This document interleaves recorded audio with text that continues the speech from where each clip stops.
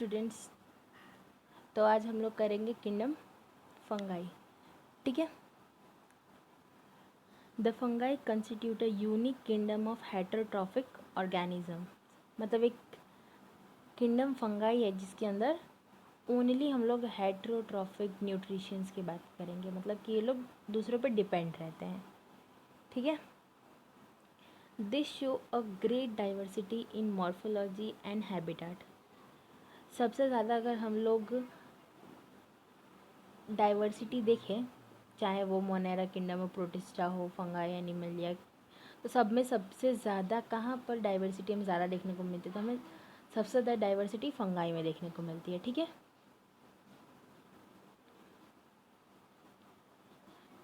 When your bread develops a mould और your orange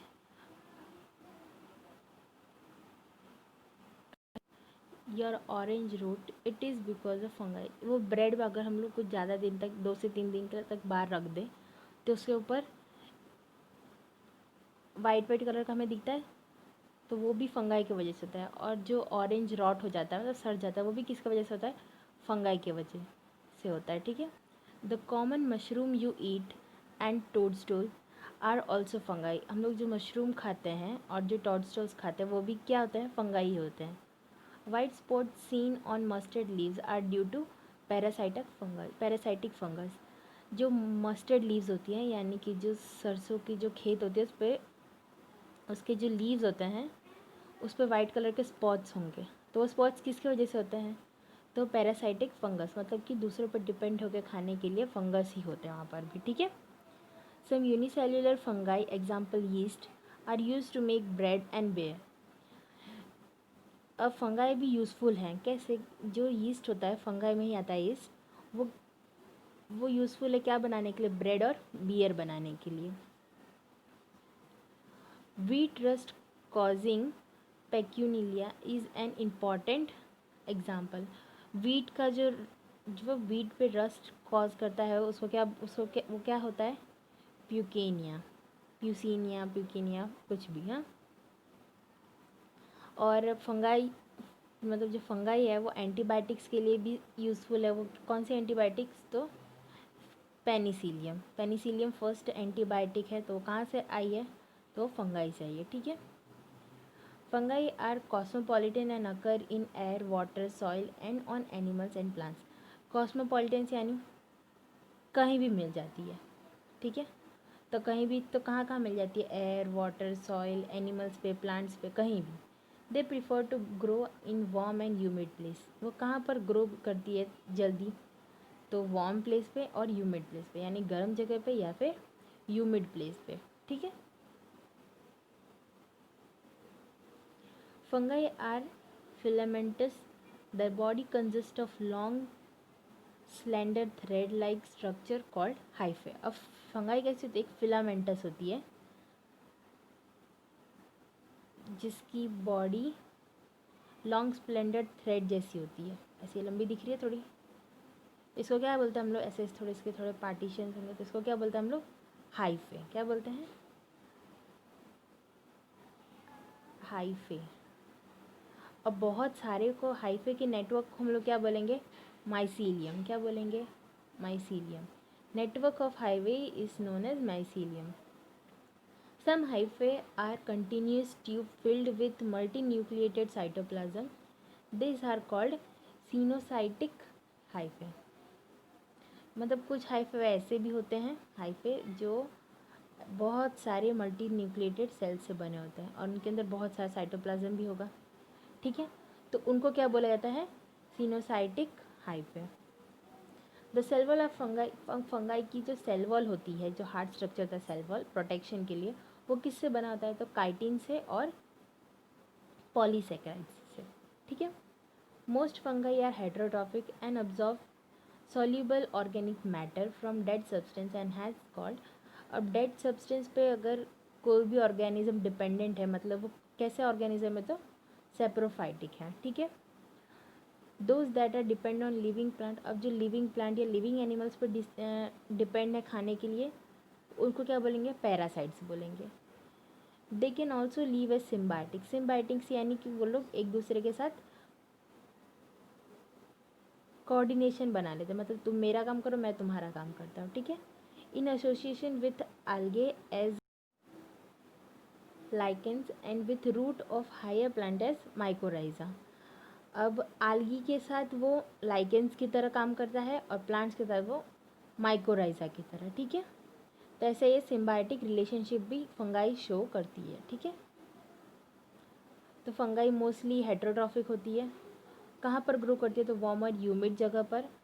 कैसी होती है? तो फिलामेंटस बॉडी होती है, थ्रेड लाइक स्ट्रक्चर होता है जिसको हम लोग हाइफे बोलते हैं। हाइफे को नेटवर्क को हम लोग क्या बोलेंगे? माइसीलियम बोलेंगे। और जो बहुत सारे मल्टीन्यूक्लिएटेड साइटोप्लाज्म से जो हाइफे तैयार हुआ बना है उसको क्या बोलेंगे हम लोग? Coenocytic hyphae. जो ऑर्गेनिज्म डेड सब्सटेंस पे डिपेंडेंट है अपने खाने के लिए उसको क्या बोलेंगे? सेप्रोफाइटिक। और जो डिपेंड है लिविंग एनिमल और प्लांट्स पे उसको क्या बोलेंगे? पैरासाइट, ठीक है। और फंगाई का सेल वॉल किससे बना है? तो काइटिन और पॉलीसेकेराइड से। तो फंगाई के बारे में इतनी इंपॉर्टेंट चीज़ें हैं, ठीक है। अब आगे, asexual reproduction is by spores called conidia or sporangiosperm, and zoospore and sexual reproduction is by oospores, acrospores and basidiospores। अब इसमें भी रिप्रोडक्शन दो टाइप के होते हैं। एक होता है असेक्सुअल रिप्रोडक्शन जो मतलब क्लोन फॉर्म करेंगे, और एक होता है सेक्सुअल रिप्रोडक्शन जिसमें गैमेट्स फॉर्म होते हैं। तो जो असेक्सुअल रिप्रोडक्शन होगा उसको क्या बोलेंगे? कॉनिडिया या फिर स्पोरेंजियोस्पोर बोलेंगे और जूस्पोर बोलेंगे। और जो सेक्सुअल रिप्रोडक्शन होगा उसमें ऊस्पोर्स बोलेंगे, उसको हम लोग एक्रोस्पोर्स बोलेंगे और बेसिडियोस्पोर्स बोलेंगे। मतलब ये सब उसके रिप्रोडक्शन के टाइप्स हुए और किस किस नाम से होता है, ठीक है। The various spores are produced in distinct structure called fruiting body. Fruiting body यानी कि अब वहाँ से स्पोर्स, हम लोगों ने पहले ही पढ़ा था कि टिप पे से स्पोर्स, प्लाज्मोडियम में ऐसा पढ़ा था हम लोगों ने कि टिप पे स्पोर्स उनके फ्रूटिंग बॉडी फॉर्म करके आ जाते हैं ऐसे स्पोर्स, ठीक है। वैसे ही इसमें भी स्पोर्स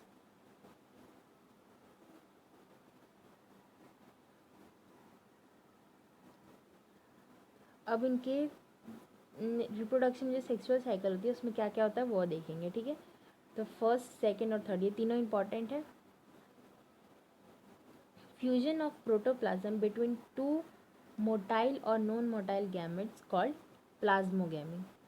अब दो ऐसे गैमेट्स जो एक मोटाइल हो और एक नॉन मोटाइल हो। जो नॉन मोटाइल होती है वो मोस्टली फीमेल होगी और वो बड़ी होगी, मतलब बिग होगी, ठीक है। और जो मोटाइल होंगे वो मेल होंगे और वो साइज में स्मॉल होंगे, ठीक है। तो वैसे वैसे गैमेट फॉर्मेशंस क्या बोलेंगे हम लोग? प्लाज्मोगैमी, ठीक है। Fusion of two nuclei called, दो न्यूक्लियाई का फ्यूजन होता है उसको क्या बोलेंगे हम लोग? कैरियोगैमी। क्या बोलेंगे? कैरियोगैमी, ठीक है। Meiosis in zygote results in haploid spore. Haploid spore यानी कि एन, यानी कि haploid.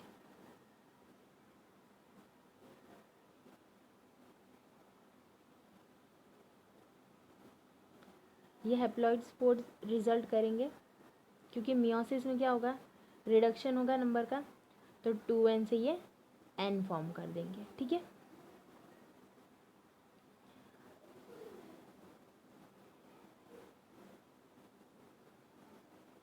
When a fungus reproduce, two haploid hyphae of compatible mating types come together and fuse। जैसे नॉर्मली दो गैमेट्स होंगे, एक टाइम पे दोनों आके फ्यूजन, दोनों के बीच में फ्यूजन होगा और कंपैटिबल मेटिंग के वजह से वो दोनों फ्यूज हो जाएंगे, ठीक है। In some fungi the fusion of two haploid cells in immediately results in diploid cells. कभी कभी हैप्लॉइड सेल्स का रिजल्ट डिप्लॉयड फ्यूजन के बाद हो जाएगा। जैसे नॉर्मली यहाँ पर हमारे पास एक फंगाई है जो है एन और एक ये दूसरी फंगाई है जो है दूसरी एन, ठीक है। दोनों के बीच में फ्यूजन होगा तो ऑफकोर्स ये 2n प्रोड्यूस करेंगे एज अ जाइगोट, ठीक है। तो उसको क्या बोलेंगे? डिप्लॉयड सेल्स, मतलब कि 2n। However in other fungi an intervening dikaryotic stage occurs. Dikaryotic stage यानी क्या होगा, सेम N+N, दो न्यूक्लियाई का फ्यूजन, ठीक है। उस कंडीशन क्या बोलेंगे, डायकैरियन, और उस फेस को क्या बोलेंगे हम लोग, डायकैरियो फेस बोलेंगे। फंगाई में ये होता है ये, ठीक है। फंगाई लार्ज डाइवर्सिटी है, इसलिए उसके अंदर बहुत ज़्यादा टाइप्स है पढ़ने के लिए, ठीक है। Later the parental nuclei fuse and the cell became diploid. सही है, जो पहले बताया था वही पूरे में लिखा है, 2N फ्यूज होकर 2N फॉर्म करेंगे, ठीक है। और फिर बाद में मियोसिस होगा, मतलब कि रिडक्शन होकर वापस वो N हो जाएगा। The fungi form fruiting body in which reduction division, जो किसके वजह से होता है, मियोसिस के वजह से होता है। रिडक्शन डिवीजन किसकी वजह से होता है, मियोसिस के वजह से।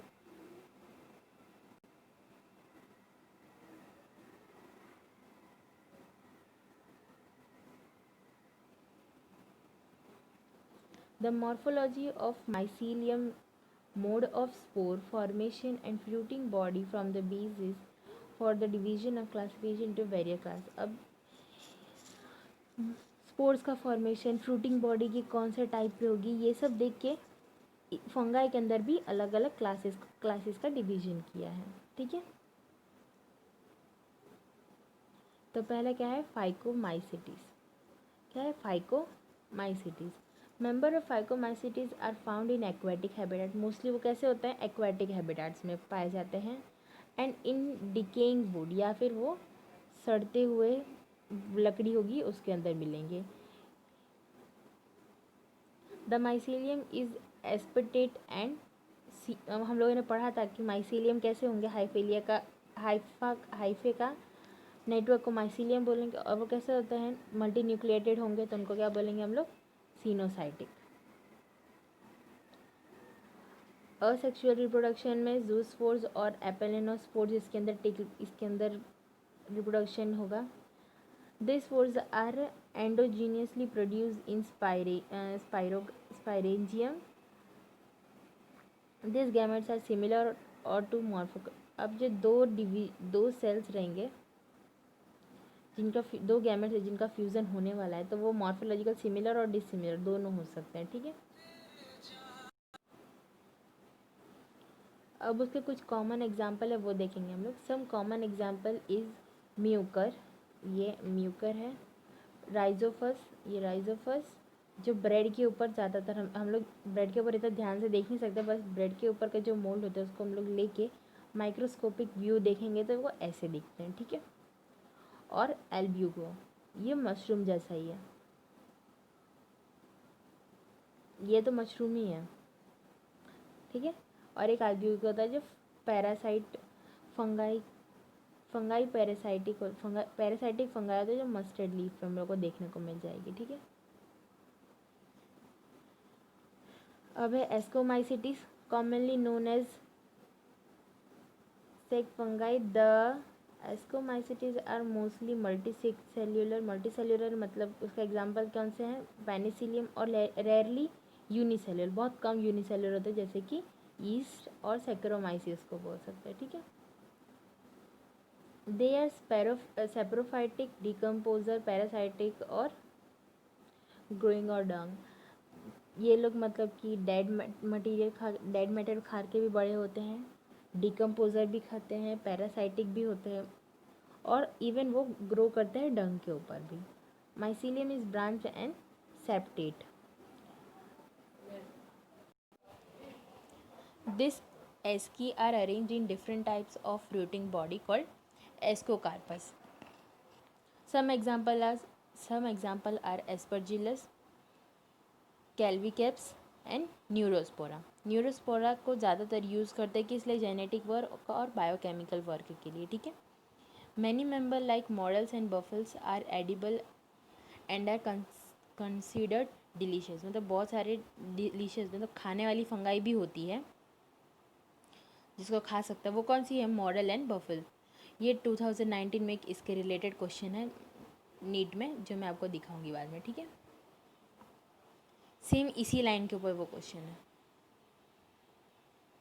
मतलब एनसीईआरटी की एक लाइन बहुत इंपॉर्टेंट है नीट के लिए, ठीक है। अब है हमारा दूसरा।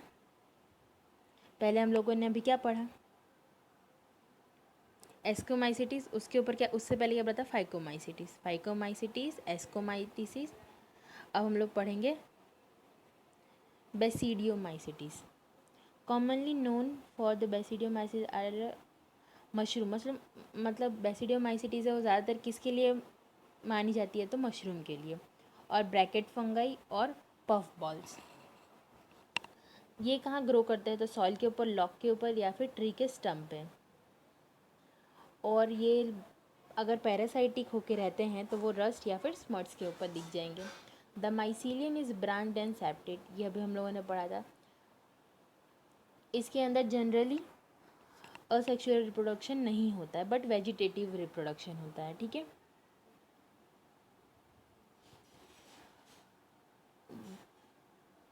कैरियोगामी होता है इसके अंदर, मियोसिस टेक प्लेस होगा, ठीक है। और 4 बेसिडियो स्पोर्स वो लोग प्रोड्यूस करेंगे, मतलब एक बेसिडियम है वो कितने प्रोड्यूस करेगा, तो 4 बेसिडियो स्पोर्स प्रोड्यूस कर सकता है, ठीक है। The basidiospores are exogenous produced on the basidium. The basidia are arranged in fruiting bodies called basidiocarps. जैसे कि एस्कोमाइसिटीज में फ्रूटिंग बॉडी क्या था, एस्कोकार्प था, वैसे बेसिडियम में क्या होगा, बेसिडियोकार्प्स, ठीक है। सम कॉमन मेंबर आर अगारकस यानी कि मशरूम, एस्टिल्गो यानी स्मॉट, और प्यूकिनिया यानी कि रस्ट फंगस। जो हम लोगों ने कहाँ देखा था, प्यूकिनिया कहाँ होगा, वीट के ऊपर, ठीक है। तो ये मोस्टली लास्ट लाइन होती है जो कोई भी टॉपिक की उसके अंदर एग्जाम्पल होता है जो बहुत इंपॉर्टेंट होता है, ठीक है। ओके, तो आगे चलते हैं। और इसके अंदर ये भी याद रखना कि इसमें वेजिटेटिव रिप्रोडक्शन होता है, और भी किसके थ्रू, फ्रेगमेंटेशन, ठीक है। Okay, next deuteromycetes, commonly known as imperfect fungi. ये इम्परफेक्ट क्यों है, only the asexual or vegetative phase of this fungi are known. इसके अंदर कैसे फेजेस है, बस असेक्सुअल और वेजिटेटिव फेज है, ठीक है। When the sexual form of this fungi were discovered, they were moved into classes they rightly belongs to।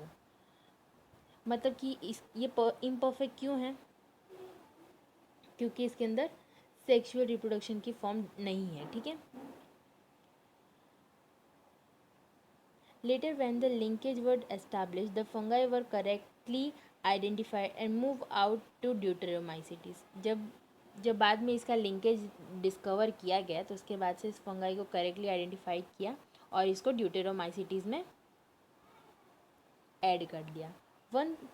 Once perfect stage of member of deuteromycetes were discovered, they were often move to ascomycetes and basidiomycetes. जब तक basidiomycetes और ascomycetes बने तब तक इसके बारे में, मतलब परफेक्ट स्टेज के बारे में नहीं पता। जब पता चला तब इसको ड्यूटेरोमाइसिटीज में ऐड कर दिया गया।